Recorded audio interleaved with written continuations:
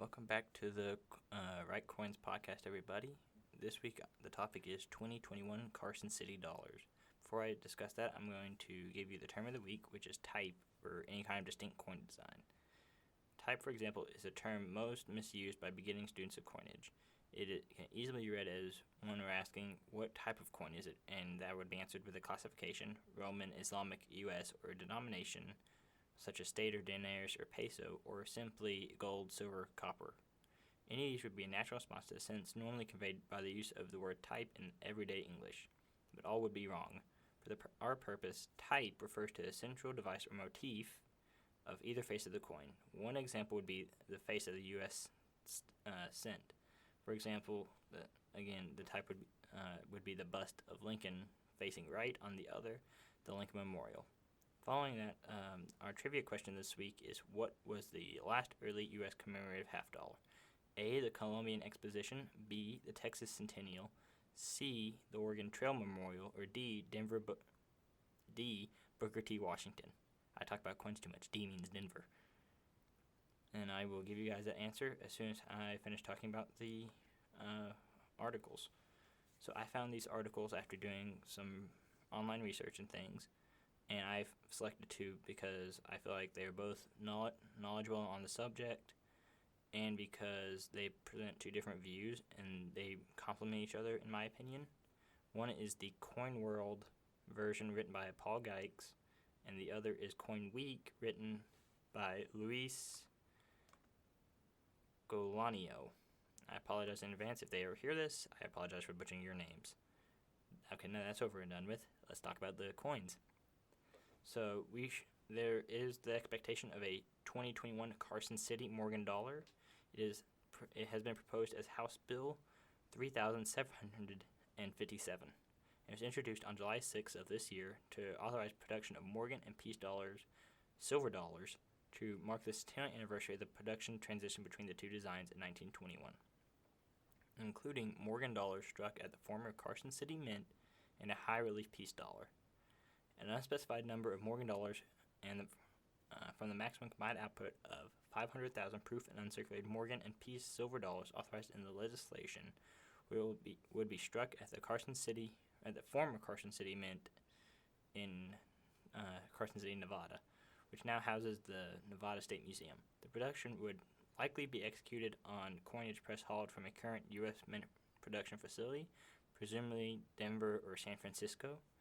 The House legislation was introduced by U.S. House Representatives Emanuel Cleaver from, I believe, Missouri, and Andy Barr from Kentucky. The commemorative coin initiative is spearheaded by two longtime collectors, Thomas J. Urham, who is the chairman of the Citizens Coinage Advisory Committee, president of the Pennsylvania Association of Numismatics, and a departing member of the American Numismatic Association Board of Governors, and Mike Moran, a member of the CCAC. We can see who is a little bit bigger in coinage. Urim said it is intent to offer a limited edition coin and currency set of 25,000 or 50,000 maximum units to include a 2021 CC Morgan dollar and an intaglio print from the Bureau of Engraving and Printing of the back of the series 1886 $5 silver certificate. That note features the obverse of 1886 Morgan dollar flanked on each side by two silver dollar reverses as its central vignette. The 2021 CC Morgan dollar would be struck in uncirculated condition, and the proof version might be struck in San Francisco with the S Mint mark. Discussion is also ongoing concerning what finish will be on the Morgan dollar for the coin and currency set, and at what mint the coin would be struck. The proof and uncirculated 2021 Peace dollars would be struck at the Philadelphia Mint with the P Mint mark if things go as planned, Urim said. According to the proposed legislation, the conversion from the Morgan to Peace dollar design in 1921 reflected a pivotal moment in American history. The Morgan dollar represents the country's westward expansion and industrial development in the late 19th century. The Peace dollar symbolizes the country's coming of an age as an international power, while recognizing sacrifices made by her citizens in World War I and celebrating the victory and peace that ensued. The Morgan dollar was designed and engraved by Assistant U.S. Mint engraver George T. Morgan, was struck at the U.S. Mint between 1878 and 1904, and again in 1921. The Carson City Mint struck Morgan dollars from 1878 through the facility's closing in 1893. The Philadelphia, San Francisco, and New Orleans Mint also struck Morgan dollars, with the Denver Mint striking the coin in 1921 only. In December 1921, the peace dollar, designed by sculptor Anthony de Francisci, was struck exclusively at the Pennsylvania Mint in high relief. The peace dollar ended its run in 1935. Urim said that it is the intent that the 2021 peace dollar will be struck in the same high relief as the original 1921 output. Urim said although the Nevada State Museum has only its premises a coinage press once used for production at 3 different U.S. Mint production facilities, that press has been primarily used to strike commemorative medals for the museum in recent decades. The press is a 16-ton steam-powered Morgan and Orr press made in Philadelphia, and it was the first installed at the Carson City Mint to begin production in 1870. In 1878, the press's arch cracked and was replaced with one made by the Virginia and Truckee Railroad, whose nameplate replaced that of the Morgan and Orr. In 1899, 6 years after the Carson City Mint ceased coinage operations, the press was transported to the Philadelphia Mint and modified to electrical power. The press was assigned to the San Francisco Mint for production until 1955, when the press was to be scrapped. The state of Nevada bought the press in 1958 and returned it to the former Carson City Mint facility. With a severe corn shortage in 1964, U.S. Mint Director Eva Adams secured permission to have the press loaned to the nation's corn producer to strike circulation production at the Denver Mint. The press returned to Carson City in 1967 and was modified again to a slower electric drive. The press was the output of the 2021 silver dollar issues will likely involve transporting a press currently used to strike U.S. coins, according to Urim.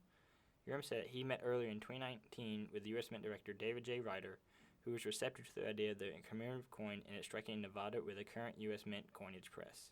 Striking coinage outside a mint facility actually requires a congressional approval, and with the legislation to have a provision permitting production, say that 3 times fast, at the former Carson City Mint. In the last such striking, the U.S. Mint ceremonially struck 1989 bicentennial Congress copper-nickel-clad half dollars and silver dollars on the 3 7-ton coinage presses hauled from the Philadelphia Mint on a flatbed trailer and parked under a tent in the east parking lot of the U.S. Capitol. The article then talks about the surcharges that will be incurred with each coin, and it says, under the proposed legislation, the price of 2021 Morgan dollar and 1921 peace dollar will carry a $10 surcharge. Net surcharges after the Mint has recouped all of its production and associated costs are to be distributed as follows to 3 beneficiaries.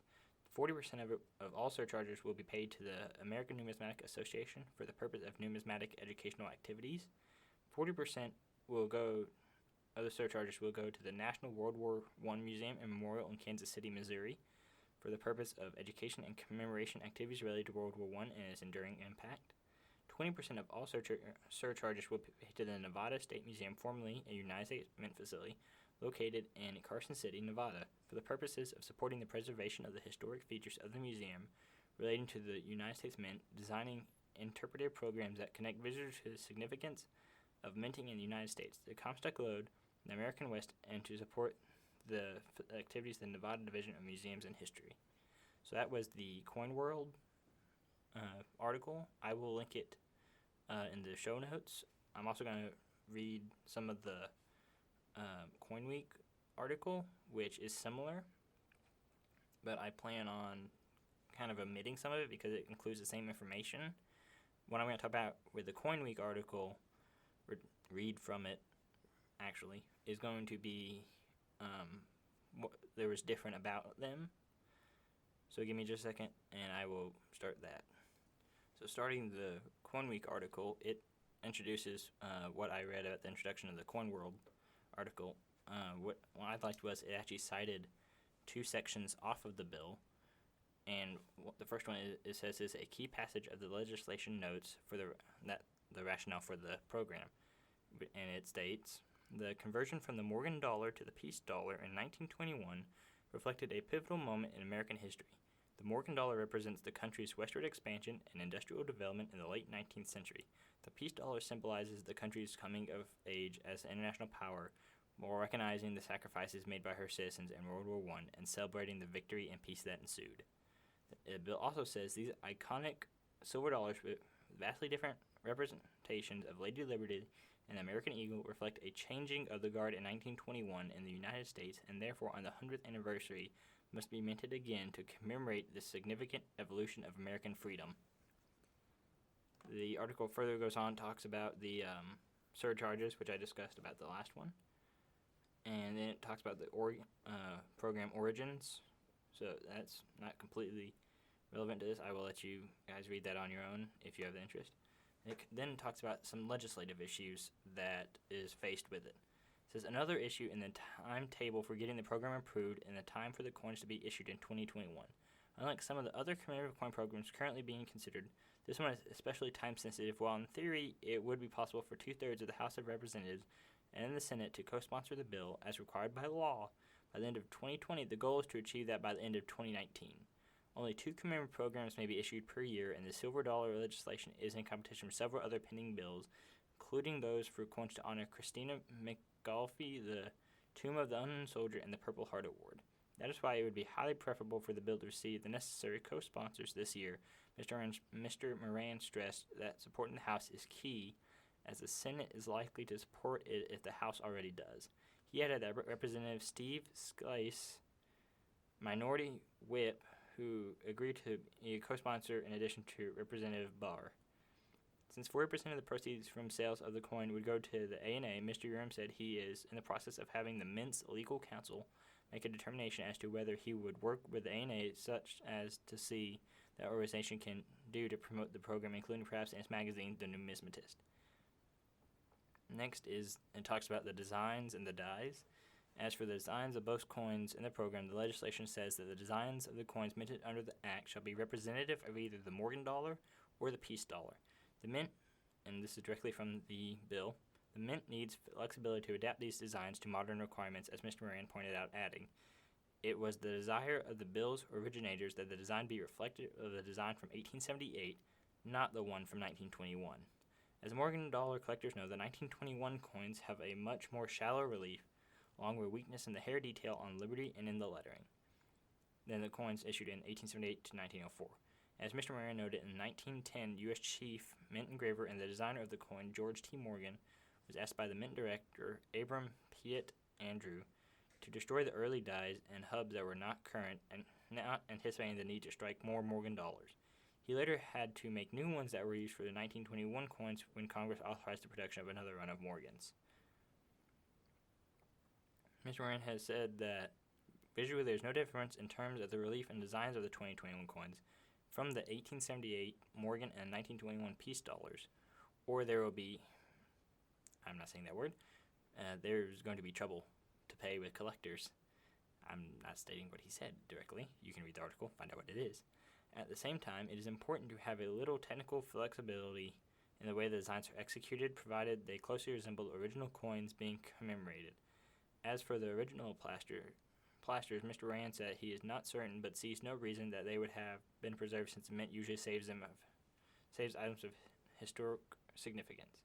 In 2015, researchers including Q. David Bowers and others found models, hubs, and master dies at the Philadelphia Mint for 1964 dated Morgan and 1964 peace dollars. The Morgan materials are believed to be based on the 1878 to 1904 Morgan design rather than the 1921 version, but that has not been determined conclusively.